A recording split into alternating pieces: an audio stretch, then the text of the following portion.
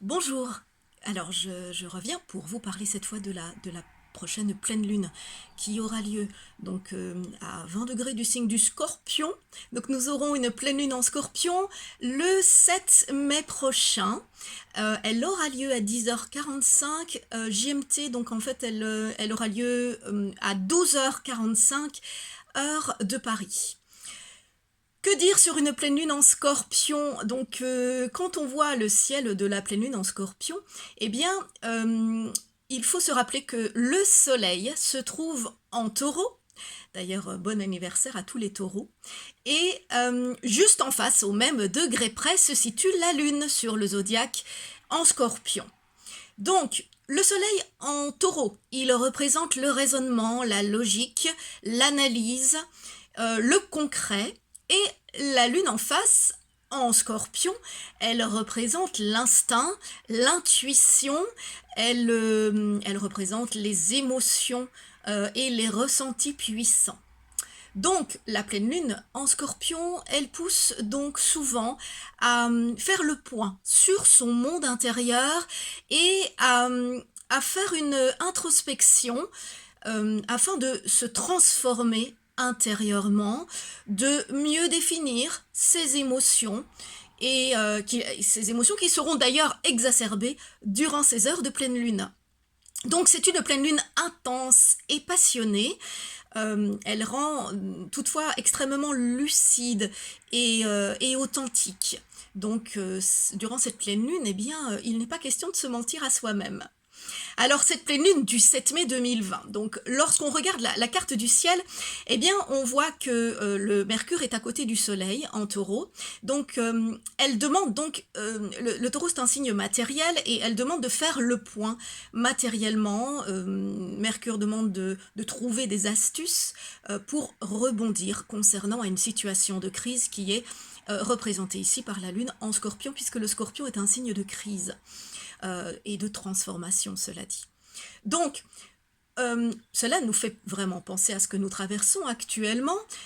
Donc, cette pleine lune, c'est la suite des démarches diverses, professionnelles, administratives, financières, dont je vous avais parlé, toute cette réorganisation que nous sommes obligés d'adopter actuellement, et cette réorganisation qui était amenée par la nouvelle lune du 23 avril, dont je vous avais parlé à ce moment-là, que j'avais développé. C'était une nouvelle lune en taureau. Alors, l'axe taureau-scorpion, ici concerné, il demande donc de faire le point entre nos avoirs, nos finances, nos acquis matériels et ce dont on a réellement besoin pour subsister, puisque ici la pleine lune, la lune elle est quand même en Scorpion, et le Scorpion il résiste. C'est un signe, alors comment dire, c'est un signe qui est capable de vivre avec très très peu de moyens. C'est un signe qui rebondit toujours. C'est un signe qui traverse les crises mieux que quiconque. Et il se régénère facilement également. Il se sent naturellement riche puisque son monde intérieur est très riche et qu'il a beaucoup de pouvoir psychique, donc beaucoup de sens psychologique aussi. Alors cette pleine lune nous rappelle donc entre eux ce signe très matérialiste qu'est le taureau et ce signe de dépouillement qu'est le scorpion le scorpion est un signe d'essentiel. Eh bien, cette pleine lune nous demande de ne pas retomber aussitôt que nous le pourrons dans les dépenses excessives, dans les achats, dans le gaspillage, dans la surconsommation et dans l'excès, dans le superflu au niveau de notre consommation. Donc c'est la continuité de la nouvelle lune dont je vous avais parlé fin avril. On est ici, c'est logique, dans la continuité, puisque après la nouvelle lune, nous avons la pleine lune plus ou moins 15 jours après. Donc, lors de cette pleine lune en Scorpion, Mercure donc rend notre esprit plus vif, plus pertinent. Donc là, on est peut-être que pour certains, au niveau des individus, certaines personnes seront capables de résoudre des énigmes, peut-être qu'elles vont crever un abcès ou découvrir un secret pour certains. Alors, cette pleine lune, j'avais noté qu'elle était reliée à Neptune et à Pluton. Donc, Neptune et Pluton sont aussi des planètes qui nous ouvrent, qui ouvrent notre réceptivité, qui nous ouvrent au monde extérieur, mais également au monde invisible. Et elle augmente notre sensibilité et elle nous rend aussi plus créatifs, inspirés, et elle peut nous, comment dire, nous augmenter notre talent de prémonition. Je suis un peu perturbée parce qu'il y a du bruit à l'extérieur, il y a beaucoup de bruit de voitures et on est censé être en confinement et ça n'arrête pas. Bon, excusez-moi, c'était une petite parenthèse. Alors, j'espère que vous n'entendez pas ces bruits. Donc, dans cette alliance entre le concret et l'abstrait, c'est le moment d'essayer, du coup, de mieux comprendre certaines idées mystiques. C'est le moment de s'ouvrir à certains courants spirituels.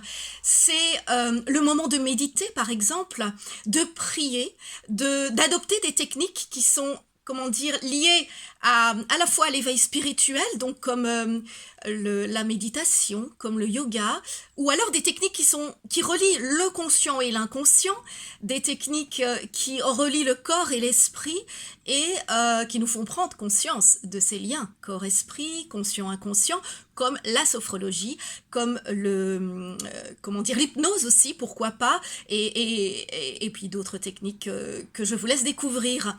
Donc, cette pleine lune est un éclairage, une mise en lumière. On peut parler vraiment pour certains, du coup, grâce à Neptune, à Pluton, à cette pleine lune en Scorpion, bien certains pourraient avoir une véritable révélation. Donc, je pense aussi que c'est le moment pour ceux en tout cas qui nous suivent et qui sont intéressés par le fait de développer leur intuition. Eh bien ce sera le moment d'essayer de tester votre intuition. Elle devrait être vraiment accentuée et certains pourraient avoir vraiment des flashs et être beaucoup plus efficaces et se sentir beaucoup plus reliés à l'univers, au monde invisible, etc. Donc n'hésitez pas à tester votre intuition. Elle sera bonne, j'en suis sûre. Alors, j'avais eu envie, dans cette pleine lune du 7 mai, j'avais regardé un petit peu les jours qui suivaient, parce que quand même, ce qui saute aux yeux, donc entre la pleine lune du 7 mai et la prochaine nouvelle lune qui aura lieu le 22 mai, donc on aura pendant cette période Saturne qui sera rétrograde le 11, Vénus qui sera rétrograde le 13 et Jupiter qui sera rétrograde le 14. Donc, sans rentrer dans les détails de la rétrogradation, j'en avais parlé sur une autre vidéo. Saturne rétrograde dès le 11, Saturne rétrograde en Verseau, le Verseau qui est un signe de liberté, eh bien il indique la rétrogradation, elle retient. Saturne, c'est déjà une planète, qui retient les choses, qui discipline les choses, qui les renferme. Et donc ici, avec une rétrogradation en Verseau dans un signe de liberté, eh bien, on peut penser que notre liberté, justement, sera encore limitée, même si nous retrouvons un peu plus d'aisance dans nos déplacements. Nous devons, en plus, c'est un conseil aussi, nous devrons rester prudents, rester responsables dans nos comportements par rapport à l'épidémie. Alors, dans cette ambiance de Saturne rétrograde en Verseau, quelques jours plus tard, c'est Vénus qui va devenir rétrograde, qui va rétrograder, donc le 13, elle est en Gémeaux, elle sera en Gémeaux à ce moment-là, et donc, eh bien, la rétrogradation de Vénus, elle nous rend plus frileux dans les nouvelles connaissances, dans les nouvelles relations affectives. Les nouvelles histoires ont beaucoup plus de mal à se mettre en place. C'est beaucoup plus compliqué, donc il ne faut pas s'inquiéter. Ça s'atténuera par la suite. Donc c'est pas trop le moment de commencer des histoires amoureuses ou alors ne pas s'inquiéter que ce soit plus compliqué que d'habitude. Mais elle nous incite surtout, Vénus rétrograde, à réfléchir à nos rapports amoureux, à réfléchir à notre couple actuel, à réfléchir à certaines amitiés, à certains liens familiaux et à mieux comprendre nos besoins. Donc pour cela, elle nous amène à prendre, elle nous appelle à prendre du recul par rapport à nos sentiments pour mieux les analyser, voilà, de prendre un peu de distance par rapport à nos émotions pour être plus lucide sur nos besoins. Et donc, c'est vrai que durant cette période, eh bien, à partir du 13, certains couples pourraient remettre en question des projets communs et certains pourraient commencer à réfléchir à une séparation. Mais là, on est plus dans la réflexion. Vénus rétrograde demande de réfléchir et pas de se précipiter dans des décisions. Alors, bon, il y aura également Jupiter, qui est la planète de l'optimisme, la planète de l'opulence, la planète du bien-être, du plaisir, enfin voilà, plein de bonnes choses. Mais Jupiter, il sera rétrograde aussi. Alors déjà, le pauvre, il est en Capricorne, donc il n'aime pas du tout. Il n'est pas du tout à l'aise en Capricorne, puisque le Capricorne est un signe austère donc il est maîtrisé par Saturne d'ailleurs, le Capricorne. Donc en fait c'est encore un signe qui limite, et Jupiter qui a envie de s'éclater, eh bien dans une atmosphère capricornienne, c'est pas très possible. Donc il est déjà en Capricorne depuis pas mal de temps, et en plus ici il va être rétrograde, ce qui peut représenter eh bien que nous serons moins enclins à prendre du plaisir, à profiter des petits plaisirs de la vie, à dépenser de l'argent aussi, à faire la fête. Bon, on n'en aura sans doute pas non plus la possibilité. Et voilà, donc on aura en tout cas du mal à nous détendre, à nous détendre en profondeur. Et ce qui n'est pas étonnant par rapport au contexte actuel. Voilà, donc pas d'inquiétude. Surtout, eh bien, réfléchissons à nos besoins, faisons le point, méditons, relâchons-nous dans des techniques diverses, celles qui nous correspondent le mieux. Des techniques de bien-être ou alors plus spirituelles, selon nos goûts, nos envies. Et voilà, cette pleine lune, elle va toucher évidemment les scorpions, les taureaux qui sont en face. Au carré, ceux qui seront pas mal remués par cette pleine lune, ce sont les lions et les verseaux.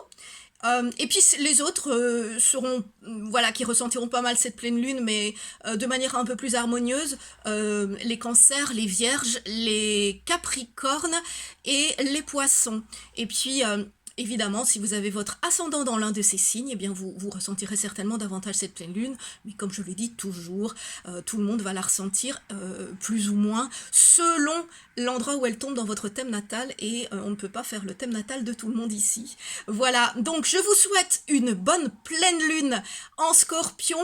Et surtout, écoutez votre intuition, écoutez ce que votre petit doigt a à vous dire. À bientôt!